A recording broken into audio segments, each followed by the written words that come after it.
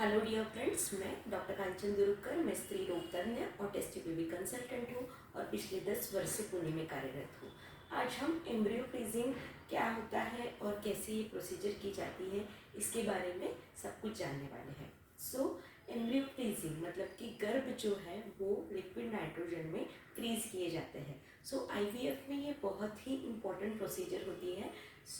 इसमें क्या क्या किया जाता है, कैसे ये टेक्निकली ये जो हमें लगता है कि कैसे गर्भ जो है वो फ्रीज किए जाते हैं, आइए उसके बारे में हम आज इस वीडियो में सब कुछ जानते हैं। आपको पता है कि जैसे हम लोग आईवीएफ प्रोसीजर के लिए जाते हैं तो हम लोग गोनाडोट्रोपिन्स के इंजेक्शंस देके एग्स बनाते हैं। ये जो एग्स है ये 1 या 2 एग्स नहीं हम बनाते हैं। मल्टीपल बीज जो है, स्त्री बीज जो है हम बनाते हैं। तो मैक्सिमम 10 to 15 बीज जो है वो बनाए जाते हैं। ये बनाने के बाद ये बीजों को ओवम पिकअप की सहायता से ये बीज जो है बाहर निकाले जाते हैं वजाइना से। ओवम पिकअप अंडर एनेस्थीसिया ये ओवम पिकअप प्रोसीजर होता है। उसके बाद ये जो बीज निकाले जाते हैं उनमें ICSI इक्सी नाम की एक टेक्निक होती है, जिससे ये जो एग है इसमें स्पर्म्स इंजेक्ट किए जाते हैं इंजेक्शन की सहायता से, जिसे हम ICSI मतलब कि इंट्रासाइटोप्लाज्मिक स्पर्म इंसेमिनेशन ऐसा कहते हैं। ये ICSI टेक्निक होने के बाद हम लोग ये जो इक्सी किए हुए एग्स है ये इंक्यूबेटर्स में रखते हैं और ये इंक्यूबेटर्स में यूट्रस जैसा इन्वायरमेंट क्रिएट किया जाता है और ये जो एग्स हैं वो ग्रो होके एम्ब्रियोज बनते हैं। तो ये जो 5वें दिन के अगर एम्ब्रियोज हैं तो उन्हें ब्लास्टोसिस्ट ऐसा कहा जाता है, और अगर ये डे 3 के एम्ब्रियो है, तीसरे दिन ही अगर इन्हें हम देखते हैं तो उन्हें हम क्लीवेज स्टेज एम्ब्रियो ऐसा कहते हैं, मतलब कि डे 3 के एम्ब्रियो। ये एम्ब्रियो जैसे हमारे बॉडी में जब भी फर्टिलाइजेशन होता है और प्रेगनेंसी रहती है तब जैसे एम्ब्रियोज ग्रो होते हैं, सेम वैसे ही ये ग्रो होते हैं, लेकिन ह्यूमन बॉडी के बाहर ये जो गर्भ है वो ग्रो होता है। एम्ब्रियोलॉजी लैब में ये गर्भ जो है वो ग्रो होता है। अब ये जो डे 3 के एम्ब्रियो है, मतलब कि क्लीवेज स्टेज के एम्ब्रियो है या फिर डे 5 के एम्ब्रियो है, यानी कि ब्लास्टोसिस्ट है, ये अगर हमें उसी मंथ में हमें एम्ब्रियो ट्रांसफ़र के लिए नहीं जाना है तो ये जो एम्ब्रियोज है वो हम फ्रीज करके रखते हैं। ये जो फ्रीजिंग टेक्निक है, तो पहले जो टेक्निक यूज़ की जाती थी वो थी स्लो फ्रीजिंग। तो स्लो फ्रीजिंग जो टेक्निक थी वो इतना ज़्यादा सक्सेसफुल नहीं रहती थी। मतलब ये फ्रीज करने के बाद हम जब थॉ करते थे तो वो एम्ब्रियोज हमें सर्वाइवल उनका नहीं मिलता था। मतलब वो एम्ब्रियोज हमें ट्रांसफ़र करने के लिए इतने यूज़फुल नहीं रहते थे, वो सर्वाइव नहीं कर पाते थे ये जो फ्रीजिंग और थॉइंग की प्रोसेस स्लो फ्रीजिंग में। स्लो फ्रीजिंग जो था उसमें जो कि 37 डिग्री हमारा टेम्परेचर होता है, जब हम ब्लास्टोसिस्ट कल्चर करते हैं तो वहाँ से -196 डिग्री जो लिक्विड नाइट्रोजन का टेम्परेचर है वहाँ तक ये एम्ब्रियोज को लाया जाता है स्लो फ्रीजिंग की मदद से, और इसमें आइस क्रिस्टल्स बन जाते हैं। ये जो टेक्निक थी ये थोड़ा सा इतना सर्वाइवल रेट एम्ब्रियो का नहीं रहता था। अभी जो टेक्निक हम लोग यूज़ करते हैं वो है विट्रिफिकेशन टेक्निक। अभी विट्रिफिकेशन टेक्निक जो है उसे हम फास्ट फ्रीजिंग भी कहते हैं। ये फास्ट फ्रीजिंग टेक्निक क्या है, इसमें जो भी हमारा जो एम्ब्रियो है जो कि 37 डिग्री पे है या फिर जो कल्चर मीडियम में हमारा एम्ब्रियो है डे 3 या डे 5 का एम्ब्रियो, वो एम्ब्रियो को हम लोग फास्ट फ्रीजिंग करके उसको -196 डिग्रीज के लिक्विड नाइट्रोजन के टेम्परेचर के ऊपर लेके आते हैं। और ये फास्ट फ्रीजिंग या फिर विट्रिफिकेशन जो है उसमें सर्वाइवल रेट ज़्यादा है एम्ब्रियोज का, और उसकी वजह से IVF का सक्सेस रेट भी हमें ज़्यादा मिलता है। ये विट्रिफिकेशन टेक्निक में बेसिकली क्या करते हैं, तो इसमें लिक्विड नाइट्रोजन जो होता है उसको लेते हैं, उसके अलावा क्रायो स्ट्रॉज रहते हैं और गॉबलेट्स रहते हैं। दिस आर ऑल कंज्यूमेबल्स जो हम विट्रिफिकेशन के लिए यूज़ करते हैं। ये गॉबलेट जो रहता है और स्ट्रॉ जो रहता है उस पर प्रॉपर पेशेंट का ID जो है वो हम लिखते हैं। जिस भी पेशेंट का एम्ब्रियो फ्रीजिंग होना है वो पेशेंट का ID ये गॉबलेट के ऊपर, और ये जो क्रायो डिवाइस हम जिसको बोलते हैं या फिर स्ट्रॉ जिसको हम बोलते हैं, इसके ऊपर आपका ID जो है वो लिखा जाता है। उसके बाद एक स्ट्रॉ पे हम लोग 2 एम्ब्रियोज जो है वो जनरली फ्रीज करते हैं। पर अगर आपको लगता है कि नहीं हमें सिंगल एम्ब्रियो ट्रांसफ़र करना है, तो उस केस में हम वो स्ट्रॉ के ऊपर सिंगल एम्ब्रियो भी फ्रीज कर सकते हैं। सो ये जो डिवाइस होता है विट्रिफिकेशन डिवाइस, इसमें हम लोग 1 या 2 ये स्ट्रॉ के ऊपर एम्ब्रियोज जो है वो फ्रीज करते हैं। सो इसके लिए कुछ विट्रिफिकेशन सॉल्यूशन होते हैं जिसमें ये एम्ब्रियोज पहले लाए जाते हैं। उसके बाद ये जो एम्ब्रियोज है वो लोड किए जाते हैं और फिर ये स्ट्रॉ के ऊपर ये एम्ब्रियोज को लोड किया जाता है। स्ट्रॉ के ऊपर लोड करने के बाद ये एम्ब्रियोज को लिक्विड नाइट्रोजन में इमर्स किया जाता है इमीडिएटली। और लिक्विड नाइट्रोजन में इस स्ट्रॉ को इमर्स करने के बाद जो भी आपका आईडी का गॉबलेट है उसमें ये जो हमारा क्रायो स्ट्रॉ है, क्रायो डिवाइस है, उसको लोड किया जाता है। सो इस प्रोसेस में पहले एम्ब्रियो को निकाला गया विट्रिफिकेशन सॉल्यूशन में। उसके बाद इसको हमने जो क्रायो स्ट्रॉ है उस पर लोड किया। उसको लोड करने के बाद हमने लिक्विड नाइट्रोजन में उसको इमर्स किया और उसके बाद इसको गॉबलेट के ऊपर लोड किया।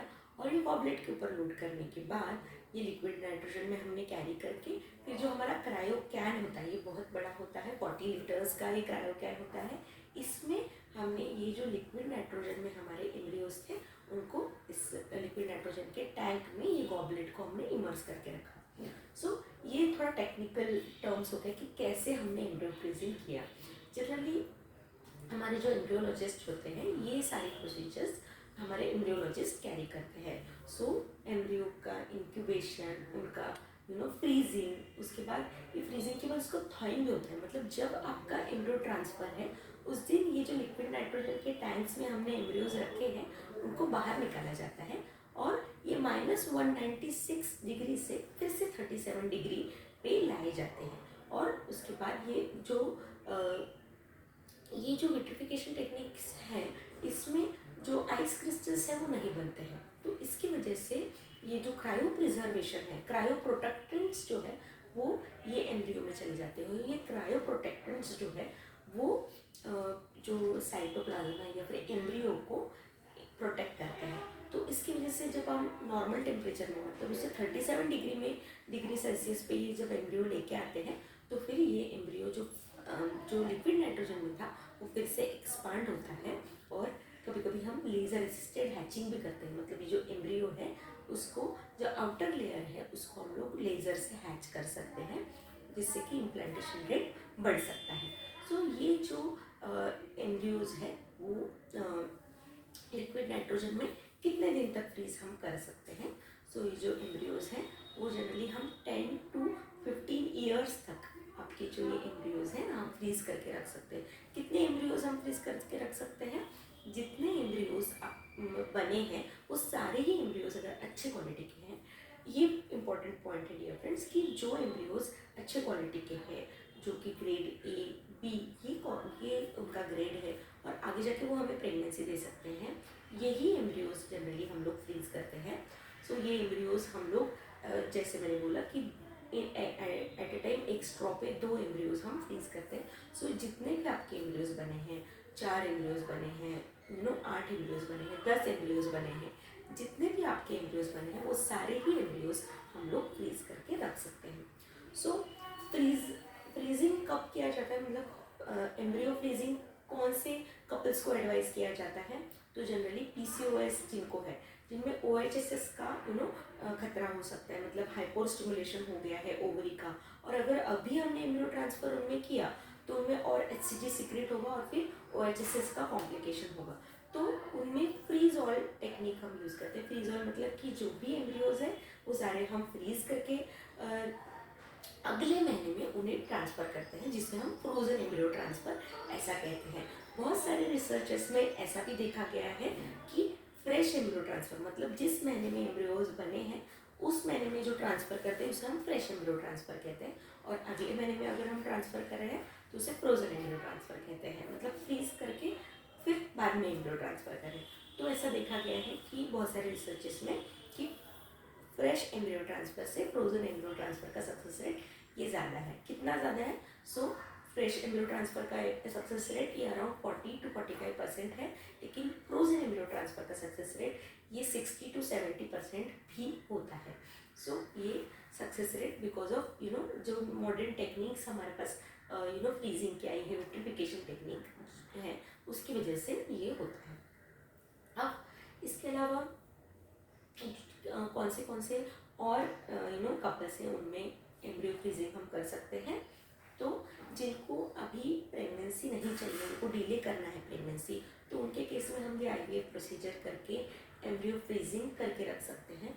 मतलब आपका स्टिमुलेशन हम करेंगे, इक्सी करेंगे, एम्ब्रियोज बनाएंगे और ये एम्ब्रियोज को हम फ्रीज करके रखेंगे। और जब भी आपको लगता है कि हमें बाद में प्रेगनेंसी चाहिए, अभी हमें प्रेगनेंसी नहीं चाहिए, तो तब हम ये एम्ब्रियोज को ट्रांसफ़र कर सकते हैं। तो एम्ब्रियो ये फ्रीजिंग जो है, जो कपल डिले करना चाहते हैं प्रेगनेंसी, उनके लिए भी है। PCOS के लिए मैंने बोला कि OHSS का रिस्क कम करता है। और इसके अलावा अगर आपका एंडोमेट्रियम प्रॉपरली प्रिपेयर नहीं है, या फिर हमें आपको कुछ डाउन रेगुलेशन देना है, जैसे कि आपको एंडोमेट्रियोमा है, या फिर आपको फाइब्रॉइड है, या फिर आपको एडिनोमाइसिस है, तो ऐसे केस में हम लोग आपके एम्ब्रियोज फ्रीज करके रखते हैं, आपको डाउन रेगुलेशन देते हैं in the form of agonist injections. जो डेपो इंजेक्शंस होते हैं वो हम आपको देते हैं। और ये इंजेक्शंस जो है वो डिपेंड करता है कि आपको एंडोमेट्रियोमा ज़्यादा है या फिर फाइब्रॉइड्स का साइज़ कितना है और कौन से पोजीशन पे फाइब्रॉइड्स है, इसके ऊपर ये डिपेंड करता है। और फिर ये जो हम इंजेक्शंस देते हैं आपको, डेपो प्रिपरेशंस ऑफ एगोनिस्ट, ये इंजेक्शंस जो है वो 1 या 2 या फिर 3 इंजेक्शंस भी हम देते हैं। और ये मंथली इंजेक्शन होते हैं। उसके बाद एंडोमेट्रियम को हम प्रिपेयर करके फिर हम ट्रांसफ़र के लिए जाते हैं। इसको डाउन रेगुलेटेड साइकिल्स ऐसा कहते हैं। तो इसके लिए भी हम फ्रोजन एम्ब्रियो ट्रांसफ़र ही सिलेक्ट करते हैं। सो ऐसे सारे कपल्स हैं जिनमें ये प्रॉब्लम्स हैं, एंडोमेट्रियोसिस का प्रॉब्लम है, फाइब्रॉइड का प्रॉब्लम है, या फिर एडिनोमाइसिस का प्रॉब्लम है, उनमें भी हम फ्रोजन एम्ब्रियो ट्रांसफ़र साइकिल्स ही प्रेफर करते हैं। So this was about frozen embryo transfer या फिर एम्ब्रियो फ्रीजिंग प्रोसीजर। सो एम्ब्रियो फ्रीजिंग प्रोसीजर में हमने जाना कि सेफली ये एम्ब्रियो फ्रीजिंग हम कर सकते हैं। अभी जो न्यूअर टेक्नोलॉजी आई है, विट्रिफिकेशन मेथड, जिसमें हम फास्ट फ्रीजिंग करते हैं, उससे पोस्ट थॉ, मतलब कि हम वो जो एम्ब्रियोज हम बाहर निकालेंगे उनके बाद उनका सर्वाइवल रेट भी काफ़ी अच्छा होता है। और एंडोमेट्रियम प्रिपेयर करने के लिए भी हमें थोड़ा टाइम मिल जाता है। और फ्रेश एम्ब्रियो ट्रांसफर में कैसे होता है, एस्ट्रोजन लेवल रेज्ड होता है, ओवरी का वॉल्यूम बढ़ा रहता है, एंडोमेट्रियम प्रॉपरली बढ़ा नहीं है, तो उसकी वजह से फ्रेश एम्ब्रियो ट्रांसफर में थोड़ा सक्सेस रेट जो है वो कम है। और फ्रोजन एम्ब्रियो ट्रांसफर में एस्ट्रोजन लेवल हमारे इतने रेज नहीं है, हमारी ओवरी जो है वो नॉर्मल साइज़ की आ गई है, एंडोमेट्रियम जो है वो प्रॉपरली अभी बन गया है, तो फ्रोजन एम्ब्रियो ट्रांसफर में सक्सेस रेट जो है वो अच्छा रहता है। और एम्ब्रियो फ्रीजिंग जो है वो इसके लिए भी कर सकते हैं, जैसे हमने अभी आपको फर्स्ट प्रेगनेंसी हो गया है IVF से, आपने एम्ब्रियो ट्रांसफ़र कराया, अभी नेक्स्ट प्रेगनेंसी के लिए भी आप ये एम्ब्रियोज जो है वो फ्रीज करके रख सकते हैं। अभी जो फ्रीज किए हुए एम्ब्रियोज हैं वो आपको अगर 2 इयर्स 3 इयर्स के बाद नेक्स्ट बेबी चाहिए, तब हम ये एम्ब्रियोज बाहर निकाल के नेक्स्ट प्रेगनेंसी भी आपका हो सकता है, सक्सेसफुली हो सकता है। उसके लिए हमें ये एम्ब्रियो फ्रीजिंग जो टेक्निक है उसकी मदद लेनी पड़ती है। और ये जो फ्रोजन एम्ब्रियो है, जैसे मैंने कहा कि 10 to 15 इयर्स तक भी ये एम्ब्रियोज हम फ्रीज कर सकते हैं। यस डियर फ्रेंड्स, ये जो हमारी टेक्नोलॉजी है वो हमारी इतनी एडवांस हो गई है कि हम ये जो एम्ब्रियोज हैं वो 10 to 15 और भी साल तक हम लोग ये एम्ब्रियोज फ्रीज करके रख सकते हैं। But maximum we can say कि 10 to 15 इयर्स, लेकिन कितने भी साल तक ये एम्ब्रियोज जो है वो हम फ्रीज करके रख सकते हैं। So this video was about embryo freezing. Embryo freezing हम कब कब करते हैं और क्या टेक्निक होती है एम्ब्रियो फ्रीजिंग की, और कितने दिन तक हम एम्ब्रियोज जो है वो फ्रीज करके रख सकते हैं, और कैसे एम्ब्रियो फ्रीजिंग जो है वो IVF के लिए जो जा रहे हैं वो उन कपल्स को कैसे ये हेल्प कर सकता है, इसके बारे में हमने इस वीडियो में जाना। आई होप ये वीडियो आपको हेल्पफुल लगा हो, इन्फॉर्मेटिव लगा हो। अगर इन्फॉर्मेटिव लगता है तो ज़रूर हमारे चैनल को लाइक शेयर और सब्सक्राइब कीजिए। Thank you so much.